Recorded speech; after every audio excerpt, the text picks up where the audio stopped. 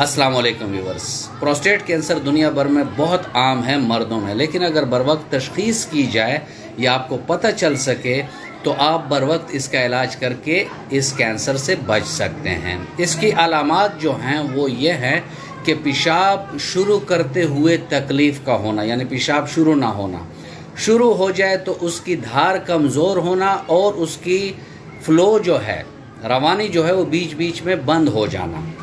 اس کے علاوہ بعض اوقات بعض مردوں کو کھڑے ہو کر پیشاب آتا ہے، بیٹھ کر ان کو نہیں آتا۔ پیشاب میں خون، منی میں خون یعنی سپرم میں خون، بغیر کسی وجہ کے وزن کا کم ہونا، رات کو کئی بار پیشاب کے لیے اٹھنا، مثانے کا صحیح طور پر خالی نہ ہونا اور پیشاب کرتے ہوئے جلن اور درد کا احساس ہونا۔ تو یہ ہیں وہ علامات پروسٹیٹ کینسر کی۔ اگر آپ کو